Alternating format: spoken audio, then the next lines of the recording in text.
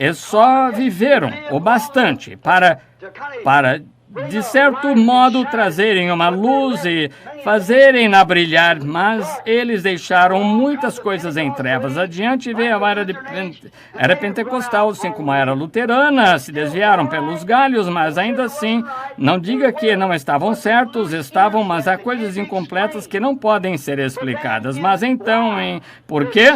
Os selos não foram abertos para completamente revelarem o que estas coisas são. Está vendo? Mas então, na última era, todos estes mistérios hão de ser esclarecidos e divulgados, e os selos hão de ser abertos pelo Cordeiro e revelados à igreja, e então não há mais demora. Está vendo? Quão maravilhoso.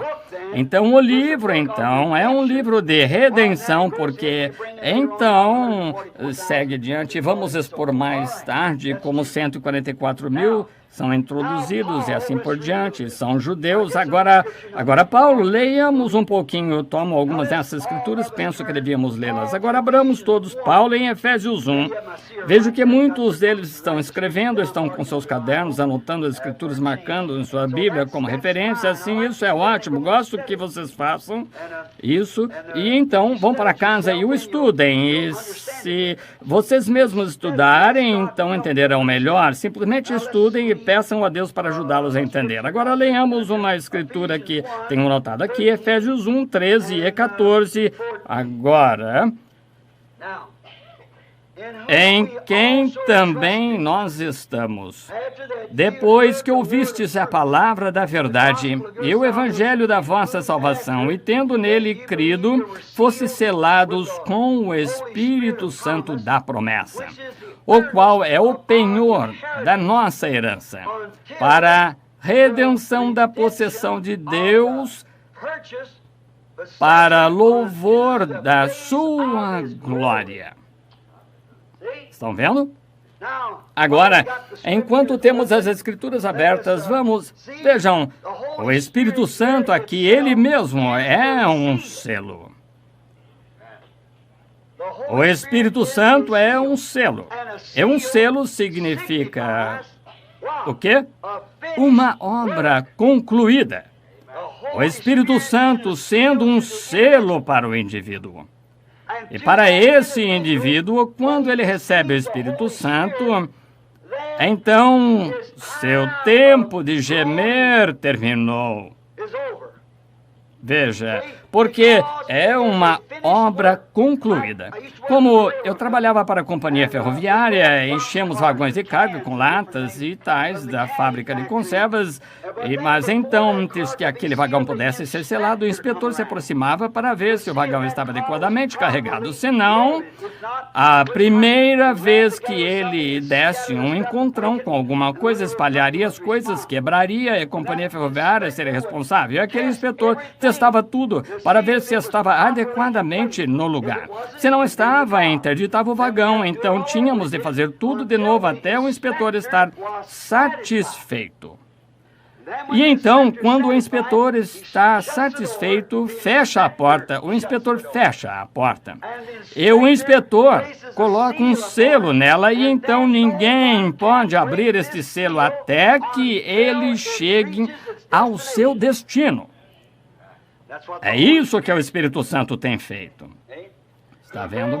Ele vai, inspeciona. É por isso que você não pode ter essas coisas e você diz, eu falei línguas, gritei, dancei no Espírito. Não tem nada a ver com ele, está vendo?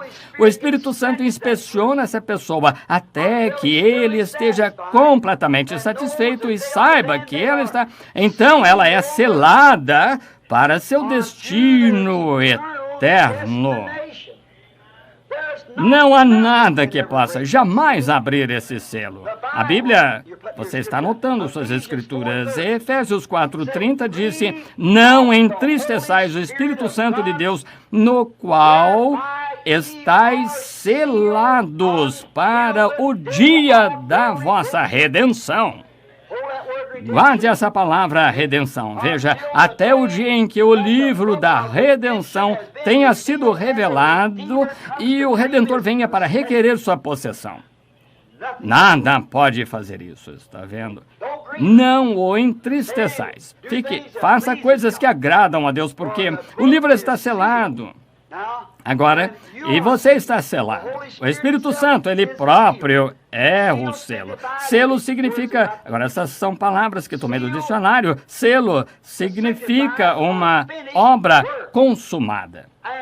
E quando o sétimo selo é aberto, o mistério de Deus, que está selado nestes misteriosos selos, é cumprido até o dia em que esse selo seja aberto, então é revelado o que está no interior dele. Se o homem está querendo saber o que está naquele vagão de carga, diz, deve ter tal e tal, deve ter, está presumindo. Mas quando o selo é aberto e a porta é aberta, nós então vemos dentro dele, vemos exatamente o que está ali. Estão vendo? E isso só será feito no tempo do fim. Outra coisa que um selo significa é propriedade. Veja, o selo tem uma marca nele e indica propriedade. Quando você é comprado pelo sangue de Jesus Cristo e selado pelo Espírito Santo, você não mais pertence ao mundo ou a qualquer coisa pertencente ao mundo. Você pertence a Deus. Outra coisa que é um selo é uma segurança. O selo significa que você está seguro. Agora, você que não crê em segurança eterna, não sei, veja, mas um selo significa segurança até o seu destino. Ai daquele indivíduo que tentasse abrir aquele selo. E o selo do Espírito Santo não pode ser aberto. Todos vocês têm me ouvido dizer que pessoas disseram, o diabo me fez fazer isso. Não, o diabo não o fez. Simplesmente você simplesmente não estava selado dentro, porque quando você está selado dentro, está selado fora. Sim, está vendo? Agora, você foi até ele, ele não poderia ter entrado em você, porque a única maneira de entrar em você é passar pelo mesmo processo que você passou. Ele teria de ser salvo, santificado, cheio do Espírito Santo, então ele seria seu irmão. Sim, veja, ele não fez isso. Não. Você só foi até a fronteira e voltou cobiçando as coisas do mundo. Você não chegou a entrar em Canaã, veja, do outro lado do Jordão, a morte para si mesmo. Está vendo? Agora note. Agora, este livro está selado e você está selado com o livro até o dia da redenção. Novamente, em Romanos 8, 22 e 23, tomemos isso e daremos essa base. Então, acho que entenderemos isto um pouco melhor. Se cada pessoa ler isto ela mesma, estou lhes dando algumas escrituras aqui de modo que possamos dar uma olhada nelas enquanto ainda está cedo. Agora, 8, Romanos 8, 22, para começar. Porque sabemos que toda a criação geme e está juntamente com dores de parto até agora.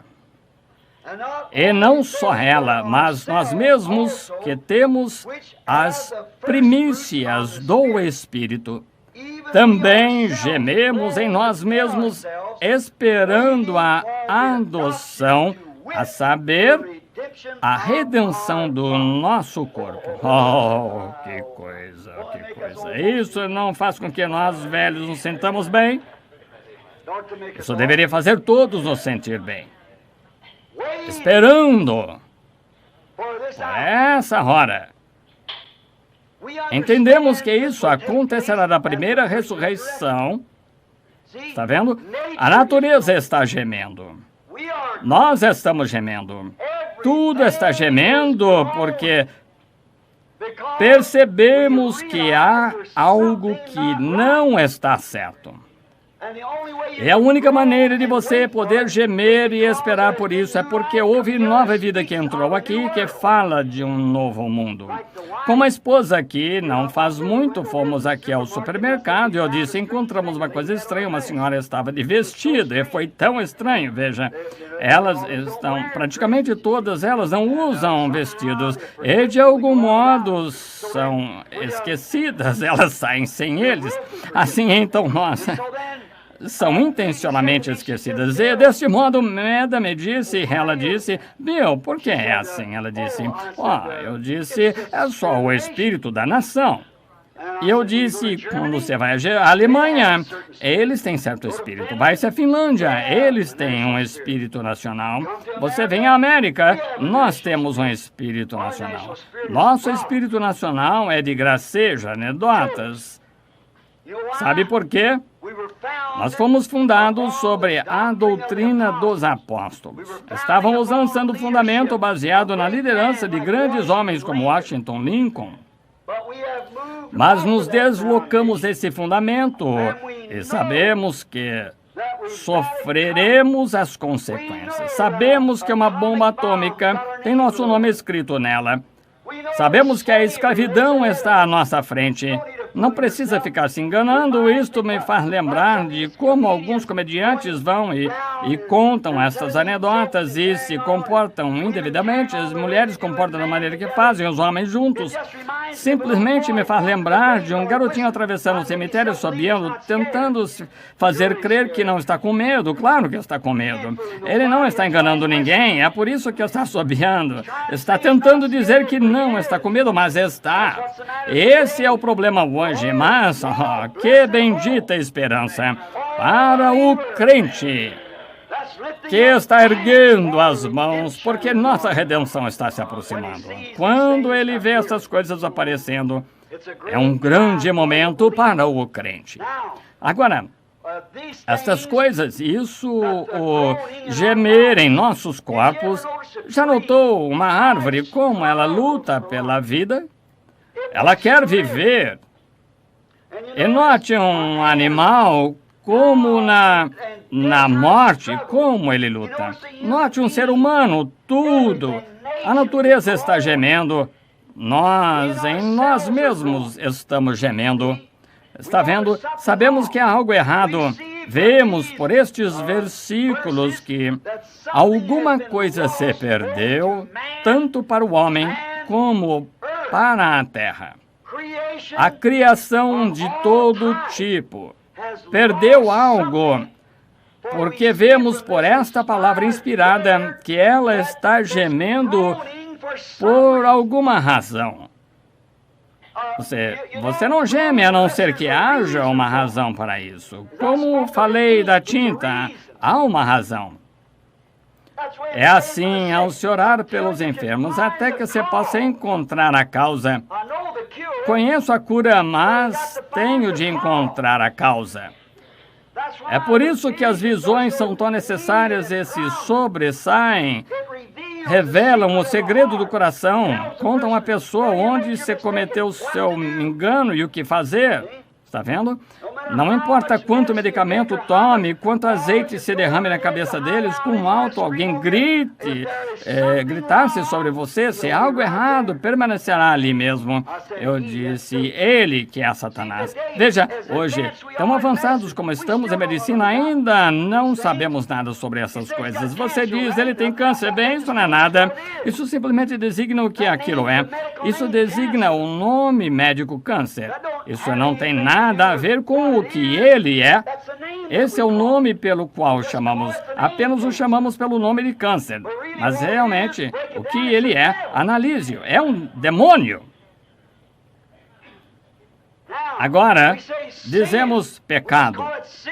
Simplesmente chamamos pecado. Analise o que é pecado. Muitas pessoas dizem beber, cometer adultério. Não. Esses são atributos do pecado. Isso é o que o pecado causa, veja. Mas o verdadeiro pecado é a incredulidade. É daí que ele é designado e manifestado. Se você é crente, não faz essas coisas. Mas não importa quão santo você tente se fazer com religioso, você faz essas coisas, você é incrédulo. Isso é escriturístico. Agora, algo está perdido, está gemendo, tentando retornar para estar de volta à sua condição original. Poderia imaginar alguém caindo da terra para dentro de uma profunda cova em algum lugar, e que estivesse lutando, subindo, puxando-se. Ele precisa, de algum modo, sair desta cova. Ele não está em seu estado original. E freneticamente está gritando. Está arranhando as paredes. Fazendo barulho, ou agindo de algum modo, está gemendo porque quer retornar ao seu estado original. É por isso que uma pessoa que foi atingida pela enfermidade tem dores e aflições. Uma vez ela não estava desse jeito, mas está gemendo porque ela não está bem, algo errado. E está gemendo e tentando retornar para onde estava quando tinha saúde. E quando a natureza e pessoas, como a Bíblia disse, estão gemendo, isso mostra que há alguma coisa que não está na condição em que deveria estar. Caíram de algum lugar. Agora, não precisamos de ninguém interprete isso para nós, estão vendo? Porque naturalmente sabemos que foi da vida eterna que eles caíram. E perderam seus direitos à vida eterna pela queda de Adão e Eva, os quais caíram da vida eterna para a morte no jardim do Éden e trouxeram toda a natureza sob o domínio deles para a morte. Uma árvore nunca tinha morrido antes de Adão, um animal não morria antes de Adão. E há somente uma coisa que não pode morrer, que é Deus, porque Ele é eterno. E essa é a única maneira de podermos um dia deixar de morrer. Temos de ter vida eterna em nós, ser filhos e filhas de Deus. Mas quando morremos, como disse na mensagem esta manhã, por pecar, vendemos nossa primogenitura e cruzamos este abismo. Agora, estamos fora do alcance de Deus, deste outro lado do abismo. Agora, claro, quando Adão caiu na morte, ele trouxe morte sobre toda a criação. Agora, foi-lhe dado livre-arbítrio.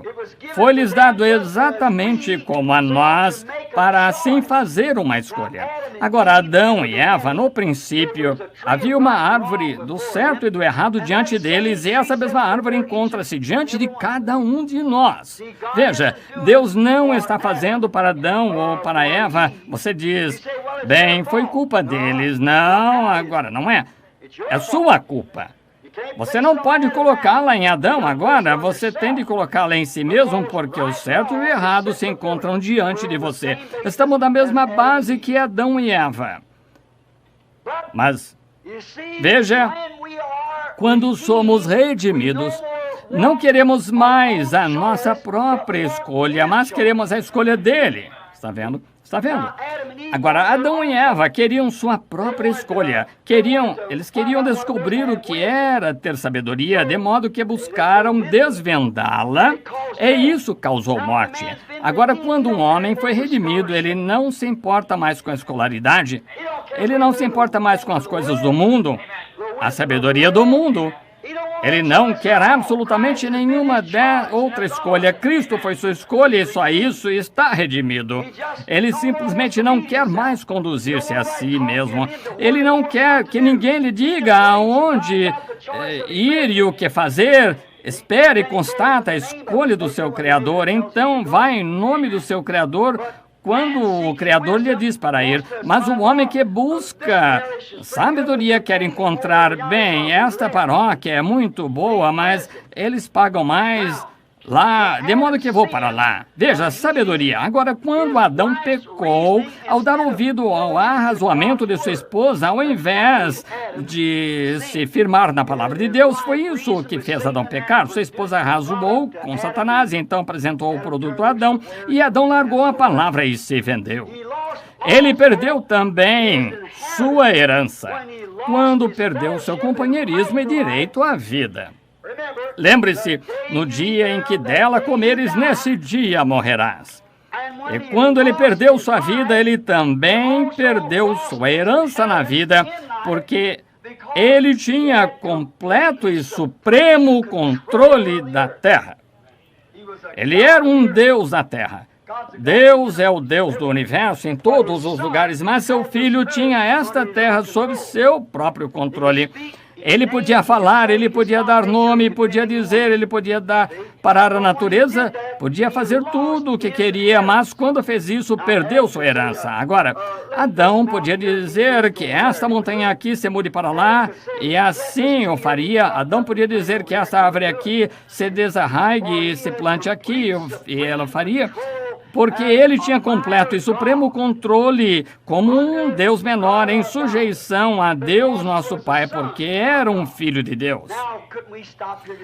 Agora, poderíamos parar aqui só um minuto e tirar um verdadeiro sermão. Está vendo? Então se o sangue limpou isto de volta, que me diz agora? Vejo que aquele filho de Deus, segundo Adão fez. Ele disse, também fareis as obras que eu faço. Está vendo? Adão perdeu sua herança, a terra. Agora, ela passou da sua mão para aquele a quem ele a vendeu, Satanás.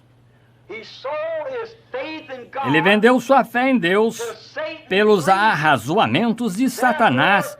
Portanto, sua vida eterna, seu direito à árvore da vida, seu direito à terra, pertenciam a ele.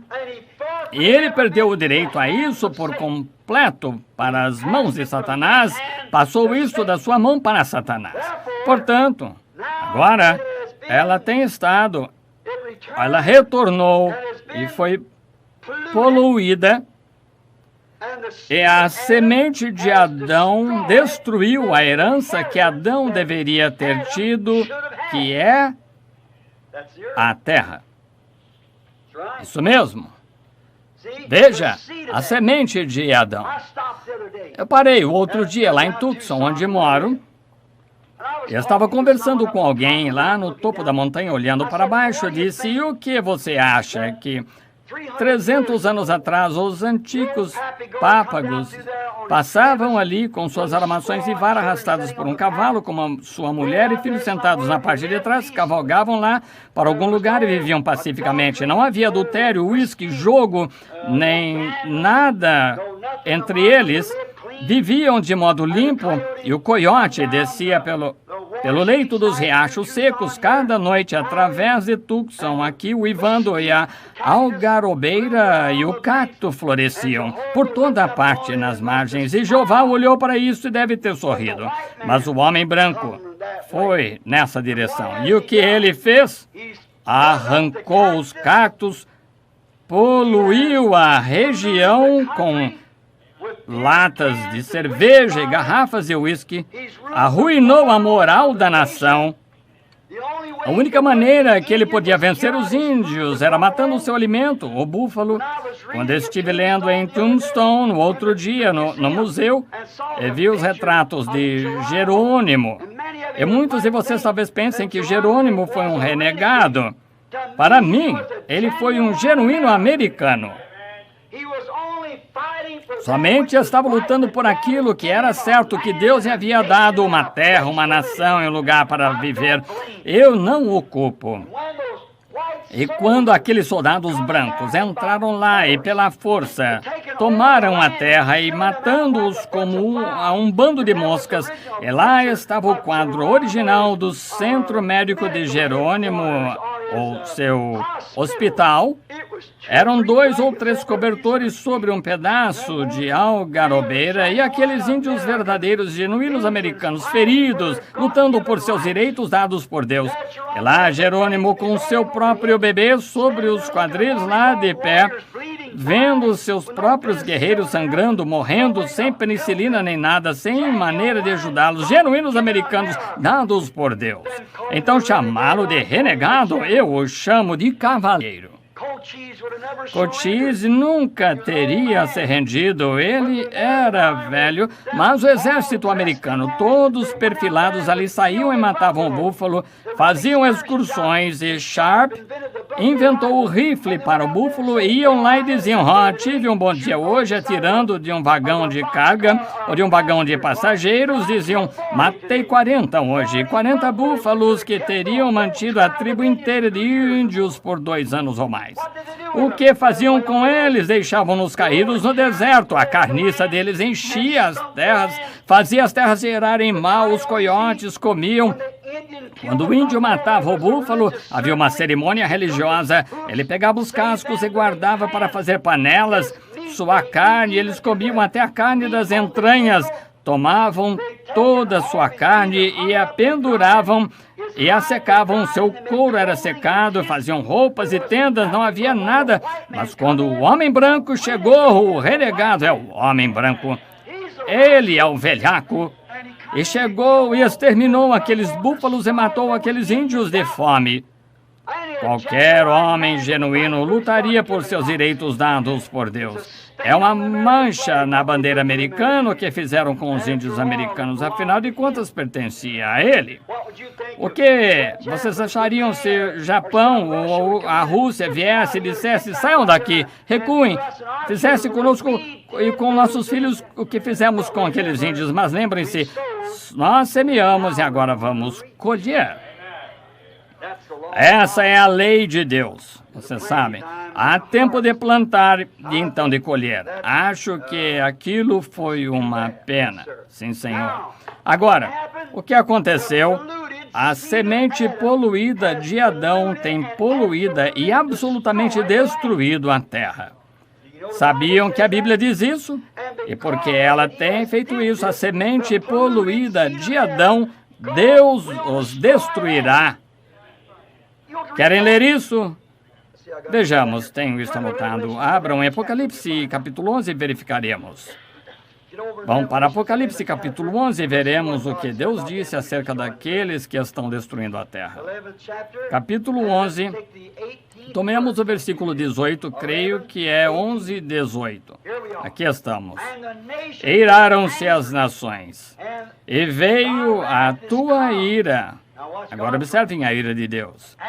E o tempo dos mortos, para que sejam julgados, e o tempo de dares o galardão aos profetas, teus servos, e aos santos, e aos que temem o teu nome, tanto a pequenos e a grandes, e o tempo de destruíres os que destroem a terra. O que vão fazer? Colher o que semearam. Claro, quando se vê o pecado espalhando-se pelas ruas, quantos, nesta noite de domingo, quantos adultérios serão cometidos nesta cidade esta noite? Quantas mulheres quebrarão seus votos matrimoniais neste lugarzinho aqui chamado Jeffersonville? Quantos casos de aborto você acha que são registrados em Chicago em 30 dias? Entre 25 e 30 mil por mês, além dos que não são divulgados. Quanto uísque se bebe na cidade de Chicago? O que você acha que acontece em Los Angeles uma noite? Quantas vezes o nome do Senhor foi tomado em vão na cidade de Jeffersonville hoje? Está melhor agora ou melhor quando George Rogers Clark veio na balsa? Veja, temos absolutamente poluído a terra com nossa sujeira e Deus destruirá aqueles que destroem o mundo. Deus disse que assim. Sempre achei que havia algo no fundo de mim que gosta de subir as montanhas e ver a maneira que Deus preparou. E detesto Flórida, onde tem aquelas palmeiras artificiais. Prefiro ver os crocodilos torcendo a cauda lá no pântano, lá ver todo aquele artificialismo lá e coisas que fazem Hollywood e toda aquela fascinação, um bando de bêbados e, que coisa. Somente penso, algum dia, sim. Mas lembre-se, a Bíblia nos disse em Mateus capítulo 5 que os mansos herdarão a terra. Isso mesmo, os mansos e humildes herdarão a terra. Jesus disse, bem-aventurados os mansos, os simples, que nem tentam ser alguma coisa grande, eles herdarão a terra. Jesus disse que sim. Sim. Agora, eles a poluíram e Deus os destruirá. Mas os mansos herdarão a terra depois que tiver sido purificada. Agora, que coisa! Agora, o título de propriedade perdido está agora nas mãos do dono original, o Deus Todo-Poderoso. O título de propriedade da terra é da vida eterna. Quando Adão o perdeu, então as mãos sujas de Satanás não puderam tomá-lo, de modo que retornou ao seu dono original, o próprio Deus. Vamos verificar isto em apenas um minuto. Lá está ele sentado no trono, com ele na mão. O título de propriedade. Isso me faz sentir religioso. O título de propriedade da vida eterna, título registrado de propriedade da vida eterna, quando Adão o perdeu em troca de sabedoria. Ao invés de fé, ele retornou às mãos do dono, o Deus Todo-Poderoso. Que grande coisa! Muito bem. Esperando o que ele está fazendo nas mãos de Deus, esperando por reivindicações de redenção. Ele preparou um caminho de redenção. Ele preparou um caminho de volta e algum dia o Redentor há de tomá-lo de volta. Está vendo onde estamos chegando agora? Observaremos este indivíduo assentado no trono. Muito bem.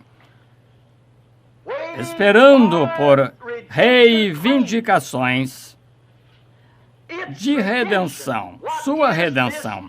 O que é este livro da redenção? Este título de propriedade, título registrado de propriedade.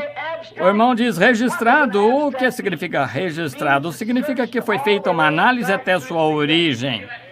Como aquela pequena gota de tinta esta manhã, quando caiu naquele cloro, ela voltou às origens. E quando o pecado é confessado e cai no sangue de Jesus Cristo, que coisa! Produz um registro voltando direto ao Criador. Você se torna um filho de Deus. O título registrado de propriedade é mantido nas mãos do Todo-Poderoso. Que coisa! A redenção dela significa posse